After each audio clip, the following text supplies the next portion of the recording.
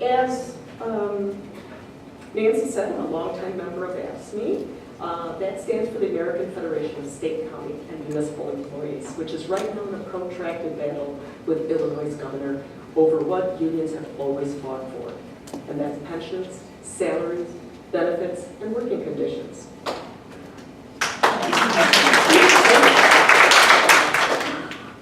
What I'll try to describe tonight is the relationship between labor and the Illinois budget impasse. I'll make some salient points about the impasse, who is a catalyst, who was affected, why labor is a target, and what implications it has for the state in general. What I'm about to say is based on my own research, and it's not an official position of my collective bargaining unit, although I hope they would be pleased. A little bit about AFSCME.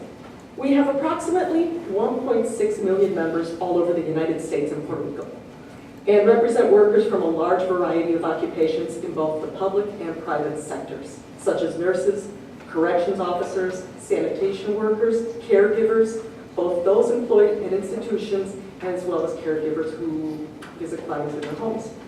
I am a university worker. Okay, the impasse. The impasse is a huge issue with many moving parts. I'll do my best to keep it simple and cover the most I can. Prior to the impasse, Illinois didn't have the greatest of finances. Illinois has a flat tax, making this a haven for the wealthy who don't pay their fair share. In the 1990s, state workers' pensions were used to balance the budget during Governor Jim Edgar's term. More recently, Illinois had incurred an unpaid bill backlog of $7.4 billion. In 2011, then Governor Pat Quinn put a temporary tax increase from 3 to 5% that was set to expire just after their next gubernatorial term in January 2015. In 3 short years, that unpaid bill backlog was down to $4.6 billion. Further, bills were being paid fairly expeditiously. They were taking about 30 days. Now enter Bruce Rauner, who allowed the temporary tax increase to expire with no plan to make up for the lost revenue. In 2 years, that bill backlog skyrocketed to $15 billion, almost tripling and incurring $700 million in interest and penalties alone. Currently, it's taking at least 8 months to pay a bill. Suffice it to say, this fiscal crisis, though real, is completely manufactured. What is the point of manufacturing a crisis? Naomi Klein, author of Shock Doctrine, argues that, I call these orchestrated raids on the public sphere in the wake of catastrophic events, combined with the treatment of disasters as exciting market opportunities, disaster capitalism. The budget impasse is such a catastrophic event. The budget impasse began July 1st of 2015 when Mr. Rauner refused to pass a budget because it didn't contain a slew of so-called pro-business reforms that are actually anti-worker proposals, such as decimating workmen's comp benefits, eliminating the prevailing wage in state contracts, etc. At that time, state colleges and universities, my own included, burned through their financial reserves and made drastic staff cuts in order to continue to serve students. Many faculty and administrators were lost to attrition from other job offers from out of state. MAP grants were similarly cut or delayed for 160 low-income students, leaving them no choice but to withdraw from higher education entirely or take costly loans. Several stopgaps were granted for higher education and social services, but they were way short of a full appropriation and were inadequate to maintain usual levels of service. The 760-day budget impasse ended July 6th. Although the proposed budget contained 9 of 10 of Rauner's demands, he vetoed it, but was overridden with the help of Republicans who broke ranks with him and voted yes on it. The budget is not perfect. It does contain a 10% cut to higher education, which had structurally been cut 41% since the year 2000. It contains a permanent 32% state income tax hike, but let me say right here, sounds like a lot, right? 32% income tax. 32% is not the effective rate that we here in Illinois pay on our incomes. The effective rate is 4.9%, up 1.2% from the previous rate of 3.75%. 1.2 is 32% of 3.75. Add that to your list of alternative facts. While it doesn't even restore the effective rate to pre-2015 levels, that 1.2 tax hike should generate $5 billion in the first year. Like higher education, organizations and service providers struggled through the impasse. Lutheran Social Services here in Illinois, the largest provider of state social services, laid off 750 staff and closed more than 30 programs. According to the member organizations of the Responsible Budget Coalition, more than 1 million Illinoisans have lost access to critical services. 22,000 seniors outside of Chicago have lost access to services such as home-delivered meals, transportation, and help accessing resources. Nearly 47,000 fewer children receive affordable child care that allow parents to work and go to school. Higher education funding has been slashed by $2.3 billion over the last 2 years, that's 59%, threatening permanent damage to many colleges and layoffs, decreasing enrollment, academic program cuts, and tuition hikes. K through 12 schools are struggling due to cuts in transportation, special education, and school lunches. $0 of state funding have been provided for domestic violence services for the entire state since June 2016, putting thousands of lives at risk. 80,000 people in Illinois have lost access to needed mental health services. As rates of opioid addiction steadily rise, over 24,000 fewer Illinoisans were admitted to addiction treatment services. Nearly 30% fewer pregnant women and families with young children have received proven, cost-effective parent coaching and home visiting services. 34% fewer women received life-saving breast and cervical cancer screenings. 90% of homeless service providers have been forced to cut clients, services, or staff. 2,311 fewer formerly homeless Illinoisans received needed supportive housing services, putting them at risk of losing their homes and entering higher cost systems. Illinois' 29 rape crisis centers were forced to lay off staff and cut hours, resulting in wait lists for survivors seeking help. Public transportation used by workers, seniors, and those with disabilities have had days and routes cut in central and southern Illinois counties. Adult literacy grants were cut by 50%, significantly limiting access to this critical step forward towards self-sufficiency for the 2.1 million Illinoisans with low literacy skills. Cuts to HIV/AIDS testing, housing, and prevention services are risking lives and increasing stigma. Over 100,000 immigrants have lost access to services like citizenship assistance and language access. Employment and training programs have been cut, denying job seekers of these cost-effective services. Illinois agricultural infrastructure has been damaged by the cuts to crop research development, livestock laboratories, soil and water conservation districts, county fairs, and more. 21 home health care agencies serving low-income seniors and people with disabilities have closed, reduced service areas, or capped intake, raising the likelihood of institutionalization. As community violence rises, over 15,000 youth have lost access to safe spaces after school.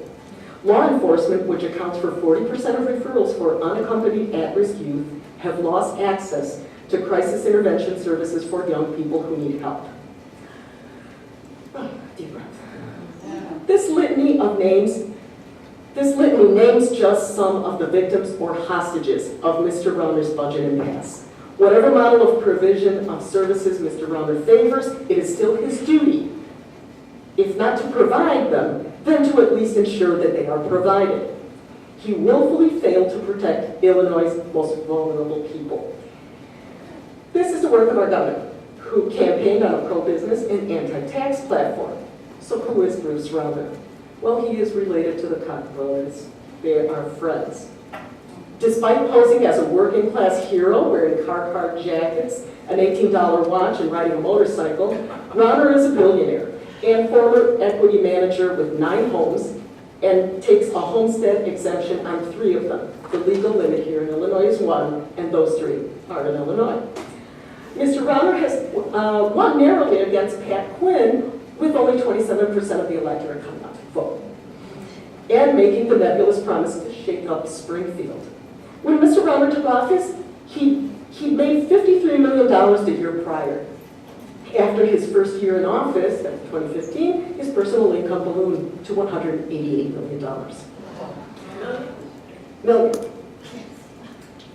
Mr. Rauner also has a deep hostility toward workers, particularly organized ones, calling AFSCME, AFSCAME, and describing Chicago public school teachers as virtually illiterate. Although public sector unions are the ones Mr. Rauner rails against the most, no worker is safe. When the budget impasse ended, which he took as a huge defeat, he responded by blaming his own staff, sound familiar? And firing those most fiercely loyal and closely connected to him in a brutal house cleaning. Mr. Rauner clearly shows he's out of touch with working people. In his 2014 campaign rhetoric, he talked of reducing the Illinois minimum wage from $8.25 here in Illinois to the federal $7.25 per hour. Further, he has admitted to being in favor of eliminating the minimum wage altogether. Mr. Rauner is also out to make Illinois a right-to-work state, which means that workers opposed to their union don't have to give their locals a penny, even if they still benefit from the contract and the union is legally bound to protect such free riders in the event of a labor dispute. Despite making campaign promises that Illinois workers deserve a booming economy, Illinois has the highest unemployment in the country. Since 2011, job growth was increasing in Illinois and did so steadily until 2014. Once Mr. Rauner came into office, job growth dropped precipitously and continues to do so. Why labor? In a democratic society, workers are free to organize and their standard of living increases. Even unorganized workers' salaries and benefits increase in order for employers to attract the best workers, thereby raising the bar for all workers. Flat wages in the United States are positively related to the decline of union density. A strong labor movement is the best redistributive effort a society can make, which the millionaire class is always opposed to. They favor extractive, dispossessive policies. Since Mr. Rauner looks out for the interests of the billionaire class, everything he has done as governor, especially bringing about the impasse, has been about crushing the labor movement. So why ask me? We are the largest state employee union in Illinois. Since we work directly for the governor, we are in a prime position where he can mess with us, and he has. On January 8th of 2016, Mr. Rauner walked out from negotiations with AFSCME for the master contract with state workers, the health care outcome of which will apply to all state workers, whether or not they are collectively bargained. Long-term effects. Much damage has been done to the people of Illinois in a wide variety of sectors, as I've mentioned: human services, safety net programs, higher education. The state's credit rating was almost at junk status. Student aid programs such as math grants were denied, road construction projects, and even the lottery was at risk of being halted. Northeastern, where I work, plans for the elimination of 180 positions has resumed even with the impasse ended, as the budget we received was only 90% of the appropriation from 2015 levels. This comes on top of 2 consecutive years of roughly 6-week periods of mandatory furloughs. Chicago State University, amid speculation that it would close in 2016, a historically African-American institution, attracted a freshman class of 86 students last fall. Scholars looking for a favorable environment to put down roots easily pass up Illinois in light of the news of diminishing higher education funding and second-tier benefits. The damage took a human toll as well. Not finished. Obviously, in an environment that shuts out the already underserved, violence can only flourish. The impasse had a body count. The shootings in Chicago rose dramatically in 2015, approximately 400 times higher than the year prior at the same time. Certainly, the cutting of counseling services, youth programs, and violence prevention, coupled with police training programs being canceled, led to a bloody year for Chicago. Downstate, Redeploy Illinois, a program for juvenile offenders and cheaper alternative to prison, led to a 40% spike in juvenile prison population when half the participating counties withdrew from the program due to the budget impasse. Relatedly, Teen Reach, an after-school program that provided safe space and educational alternatives for at-risk youth, was unable to serve 1,800 youth. Wrapping up.